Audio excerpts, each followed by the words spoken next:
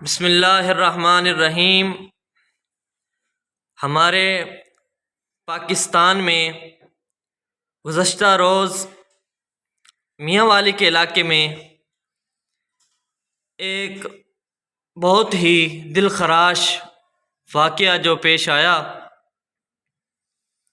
جس میں ایک ظالم باپ نے اپنی صرف 7 دن کی بیٹی کو فائرنگ کر کے قتل کر دیا۔ 7 دن کی بیٹی کو اس نے فائرنگ کر کے قتل کر دیا۔ آج ہم اس واقعے کے بارے میں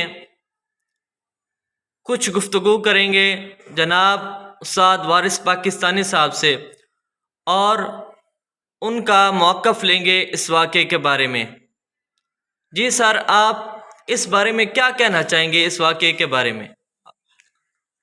بسم اللہ الرحمن الرحیم۔ حافظ صاحب، میں آپ کا اور آپ کی ٹیم کا بہت شکر گزار ہوں کہ آپ تشریف لائے اور مجھے اس واقعے پر گفتگو کرنے کا موقع ملا۔ دیکھیں، یہ ایک سوچ ہے، ایک خاص سوچ جو بیٹوں کو بیٹیوں سے زیادہ اہم اور ضروری سمجھتے ہیں معاشرے کے لیے، اور یہ سوچ ایک دم سے نہیں آئی، بلکہ کفار مکہ بھی زمانہ جاہلیت میں اپنی بیٹیوں کو زندہ دفن کرتے تھے، اور قرآن حکیم اس پر دلالت کرتا ہے، دلیل پیش کرتا ہے۔ وَإِذَا الْمَوْءُودَةُ سُئِلَتْ بِأَيِّ ذَنبٍ قُتِلَتْ۔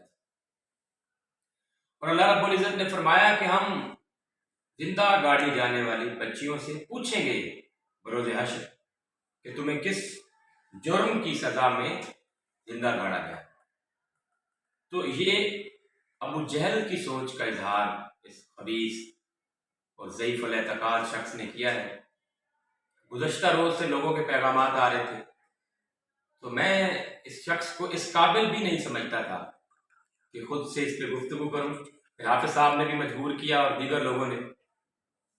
دیکھیں، جو حرکت اس نے کی ہے،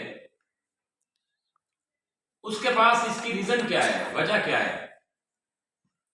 آخر کوئی وجہ ہوتی ہے تو ہمارے ذرائع یہ کہتے ہیں کہ وہ ایک بے ڈھنگی سی، بے تکی سی ایک دلیل یہ پیش کرتا ہے کہ دیکھیں جی، پاکستان میں عورتوں کی، بچیوں کی، نابالغ بچوں کی، کم سن بچوں کی عزتیں کیونکہ محفوظ نہیں، تو میں نے اس لیے اس خوف سے، اس ڈر سے کہ کل کو شاید کہیں اس کے ساتھ کوئی ناگہانی واقعہ نہ پیش ہو جائے، تو میں نے اس لیے قتل کر دیا۔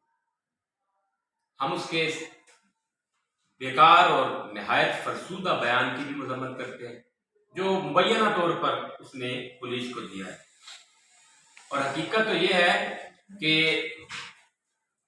اس کا یہ موقف اپنے اندر بالکل ہی غلط ہے۔ اگر وہ یہ سمجھتا ہے کہ پاکستان غیر محفوظ ہے عورتوں کے لیے، تو اسے اپنی بیوی کو بھی یہاں نہیں رکھنا چاہیے۔ اس نے شادی کیوں کی ہے پاکستان؟ ہم کہتے ہیں یہ محفوظ ملک ہے، ہماری بیٹیاں کالجز میں جاتی ہیں، ہماری بیٹیاں یونیورسٹیز میں جاتی ہیں، میری اپنی بیٹی ہے، ہماری عورتیں ہیں گھروں میں، سب محفوظ ہیں۔ اگر کوئی 1% یا 1% سے بھی کم، اب دیکھیں پاکستان میں کتنے لوگ ہیں جو نماز پڑھتے ہیں؟ دنیا بھر میں بتایا جاتا ہے کہ دوسرے نمبر پر سب سے زیادہ خیرات پاکستان کرتا ہے، دوسرے نمبر پر روزہ دار پاکستان میں۔ تو کیا کبھی پاکستان کو کسی نے خیرات کرنے والے کے نام سے یاد کیا؟ نہیں۔ کسی نے کہا ہو کہ کون سا پاکستان اچھا، وہ روزے داروں والا پاکستان؟ نہیں۔ لیکن اگر اسی ملک میں ایک بچی کے ساتھ زیادتی ہو جائے، ایک دہشت گردی کا واقعہ ہو جائے، تو مشہور ہو جاتا ہے جی دہشت گردوں والا ملک، وہ ملک جہاں عورتوں کی عزت پامال کی جاتی ہے۔ یعنی آپ نے تشہیر ہی برائی کی کرنی ہے، اچھائی کی تشہیر آپ نے کرنی نہیں۔ ایک محلے میں 1000 بندہ اچھا ہے، تو ان کا نام نہیں ہو رہا کہ محلہ اچھا ہے، اور ایک آدمی اس میں برا ہے تو جی مشہوری ہے جی فلاں محلہ اس میں تو سارے برے ہیں. تو جو حرکت اس نے کی ہے نہایت غلیظ کی ہے. دوسری وہ جو یہ بات کرتے ہیں کہ پاکستان محفوظ نہیں ہے پر عورتوں کے لیے، تو میرا پھر سوال ہے کہ عورتوں کے ساتھ زیادتی کیا عورتیں کر رہی ہیں؟ اگر کہیں ہوتی ہے تو وہ مرد کر رہے ہیں نا. تو آپ اپنے بچوں کو ایجوکیٹ کریں، پہلے تو خود ایجوکیٹ ہو، بچوں کو کرے. یعنی اسے مجھے خطرہ ہو کہ میری گاڑی کوئی چور چوری کر لے گا اور میں اس ڈر سے کہ گاڑی چور نہ لے جائے اپنی گاڑی کو آگ لگا دوں. یہ کدھر کی دانش مندی ہے؟ یہ ایک جہالت ہے. ہاں چور کا تعاقب کریں، آپ ایسے مواقع کم رکھیں کہ آپ کے ملک میں چوریاں ہوں. یہ ضروری نہیں ہے جو آپ نے کیا. اور کچھ لوگ کہہ رہے ہیں اس پہ سزا کیا ہونی چاہیے. تو سزا میں نہیں دے سکتا، پاکستان کا قانون دے گا. اور قرآن حکیم فرقان مجید نے قاتل کی سزا لکھ دی ہے. قاتل کی سزا، قتل کا بدلہ قتل ہے. اس نے قتل کیا ہے اور اس کی پاداش میں اس کو قتل کیا جانا چاہیے. اور میں آخر میں اس معاشرے کی اصلاح کے لیے ہمارے لیے نہ تو امریکی سوسائٹی، نہ برٹش، نہ چائنیز، نہ رشینز، نہ امریکنز، کوئی بھی اسوہ حسنہ نہیں ہے. لقد کان لکم فی رسول اللہ اسوۃ حسنہ. ہمارے نزدیک اگر کوئی مثال ہے تو سرکار دو عالم صلی اللہ علیہ وآلہ وسلم. اور سرکار کی حیات مبارکہ سے ہمیں ملتا ہے. اپنی بیٹی کو جب وہ آتی ہیں تو سرکار کھڑے ہو جاتے ہیں اور فرماتے ہیں کہ الفاطمہ تو بضعۃ منی، کہ فاطمہ میرے جگر کا ٹکڑا ہے. اور فرمایا مجھے وہ گھر اچھا نہیں لگتا جہاں فاطمہ نہ ہو. پھر فرمایا الفاطمہ تو ام ابیہا، الفاطمہ تو سیدۃ النساء العالمین. کیا ہے یہ؟ کیا آپ درس دینا چاہ رہے ہیں سرکار؟ آپ آ جاتے ہیں کہ بل گیٹس نے یہ بات کی ہے عورتوں کے حقوق پہ. آپ کہتے ہیں جی جو بائیڈن نے یہ بات کر دی ہے، یورپی یونین نے یہ کی ہے.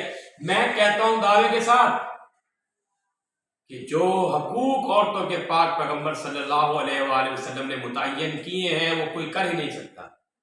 ہمارے لیے وہ اسوہ حسنہ ہے. ایسے متبرک نبی کا کلمہ پڑھ کے ایسی سوسائٹی میں بیٹھ کر اگر ہمارے اندر سے کوئی لوگ یہ حرکت کرتے ہیں تو یہ نہایت افسوسناک. بہت سارے دوست جن کا تعلق میاں والی سے تھا، باقاعدہ انہوں نے اس بات کا اظہار کیا کہ ہم اس شخص کے اس فعل کی وجہ سے ہم سب کے سر شرم سے جھک گئے. میں کہتا ہوں میاں والی کی نہیں، پورے پاکستان میں بیٹھے ہوئے سب مسلمانوں کا دل ٹوٹ گیا ہے جو حرکت اس نے کی ہے. اور میں ریاست پاکستان سے اپیل کرتا ہوں، یہ حافظ صاحب آپ کے توسط سے، آپ کے دوستوں کے توسط سے بھی اور اس چینل سے بھی، کہ سخت سے سخت سزا ایک لفظ نہ بن جائے، یہ عمل ہونا چاہیے. یہ جو ہم بیانات دیتے ہیں سخت سزا ملنی چاہیے، سخت سزا ملنی چاہیے غلط ہے، ملنی چاہیے کا کیا معنی ہے؟ آپ سزا دیں، کیا اس کا کیا پروسیس ہے؟ کتنا لٹکائیں گے اس کیس کو؟ اس میں تو لٹکنے والی بات ہی نہیں ہے. اعترافی جرم کر چکا ہے. ریاست پاکستان کو وہ غیر محفوظ سمجھتا ہے عورت کے لیے، تو وہ ایک ریاست کے خلاف بول رہا ہے، ایک مذہب کے اوپر اس نے دھبا لگایا. میں یقین کیجئے اس ٹاپک پہ بولنا ہی نہیں چاہتا تھا. مجھے اس قدر افسوس تھا، اندر سے اتنی چبھن تھی، تکلیف تھی، لیکن آپ لوگوں نے چلو کسی طرح یہ غبار نکالا. میں امید کرتا ہوں کہ ایسے واقعات آئندہ کبھی نہیں ہوں گے. اور اگر ایسے ہوں گے، کیونکہ انسان جب تک ہے جرائم تو ہوں گے، تو ان جرائم کی ان کو کلا کما ان کا کرنے کے لیے قانون کو سخت ہونا پڑے گا. اور قانون انشاءاللہ ہم دیکھ رہے ہیں، ہماری اگلی نسلیں دیکھیں گی، ہمارے سے زیادہ ہمارے بچے محفوظ ہوں گے انشاءاللہ. اسلام زندہ باد، پاکستان زندہ باد.